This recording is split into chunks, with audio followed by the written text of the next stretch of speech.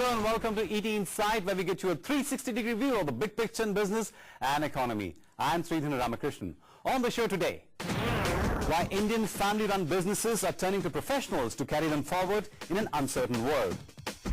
But then there are those who discovered that handing over the reins to professionals is no guarantee of success. And Geeta Piramal, chronicler of Indian business families, speaks her mind on the ownership versus management debate.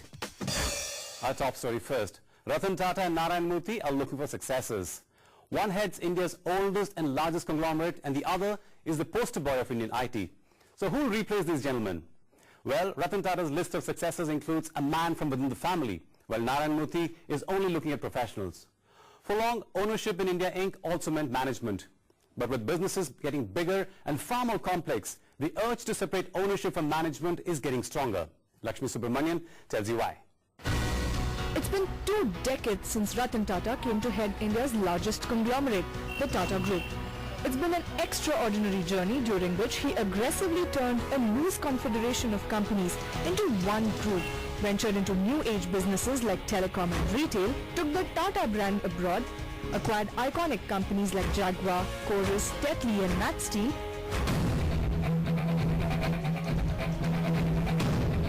and successfully launched the world's cheapest car, the Nano. In fact, Tata first spoke about his retirement when he expressed his desire to take the Nano to America 7 months ago. I still have a deadline for my retirement. I do have the responsibility to have a successor, and both those things will take place. One of those other responsibilities includes handing over the group to a worthy successor. But the man who steps into his shoes has to be as extraordinary as Tata himself. After all, it's no easy job to run 98 companies worth over $70 billion across 80 countries and simultaneously manage the expectations of 357,000 employees and 3.5 million shareholders. So will it be a family man or an outsider? Now that Lord Tata's name has been mentioned, I can only say that there are 2 things that are going for him. One is that he is the son-in-law of the largest individual shareholder of Tata Sons. And the second is he has got the name of the magic name of Tatas. But the new thinking is, what's in a name? And there's a case for that new thinking in the succession plan of the Tata Group too. I think an outsider can bring a certain freshness to a company, which an insider who's used to the ropes may not be able to bring.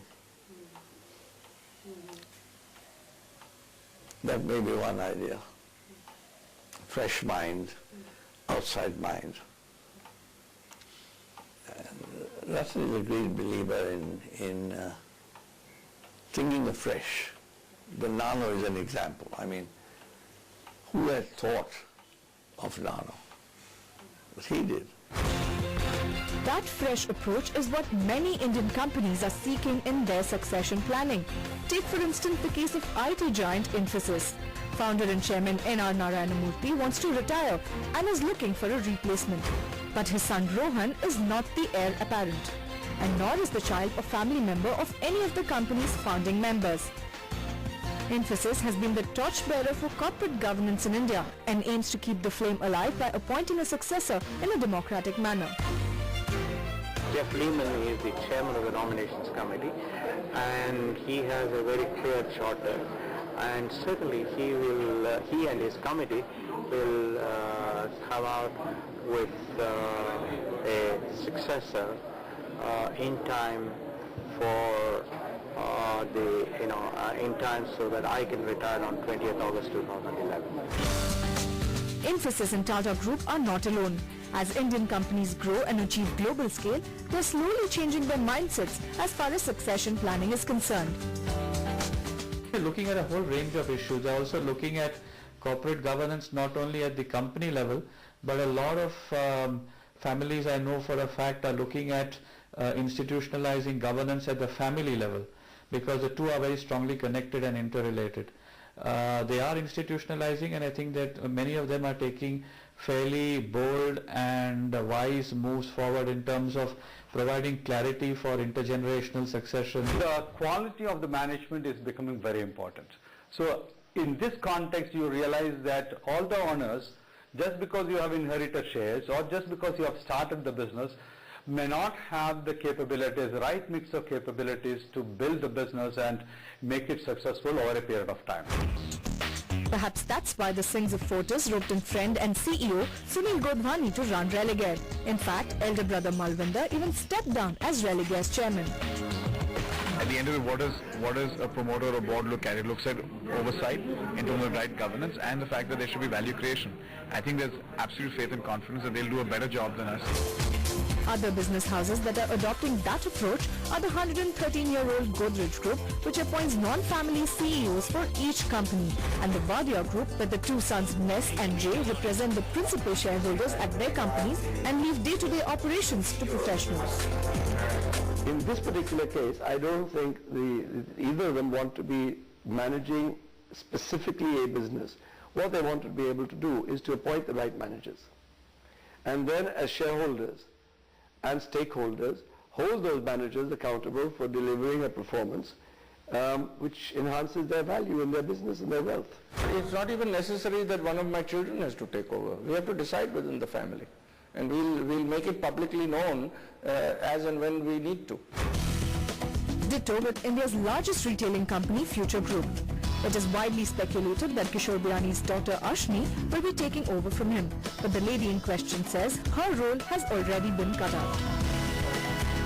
The way we look at it is, it is largely a professional company.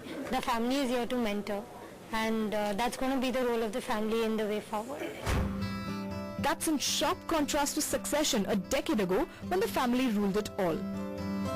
Experts attribute the changed approach to the fact that Indian businesses are growing in scale and size and can no longer be tightly controlled or privately held by a group of family members. Professional managers are needed to serve the growing needs of various stakeholders like clients, vendors, investors and partners. More so in the case of the service sector, where first-generation entrepreneurs are getting ready to retire after having led their businesses to dizzying heights in the past decade. India is not different from Europe and America and the rest of the world. Businesses evolve over a period of time. When they are in the first generation of businesses, it is primarily within the family. What has happened in Europe and America is, apart from public money coming into the companies, institutional mechanism has developed where the minority shareholders, shareholder activist groups, as well as other institutional shareholders exercise a lot of say in the management of the business, as well as in the decisions regarding whether to appoint a CEO or no. And it is that part of the institutional mechanism which is perhaps not fully developed in India at this point of time. And unless that happens, business families run the risk of performing well below their potential. Sure, professionalizing family businesses can lead to greater transparency, but wealth creation is not a simple issue of handing over management to professionals. We'll tell you why after this short break. Stay with us.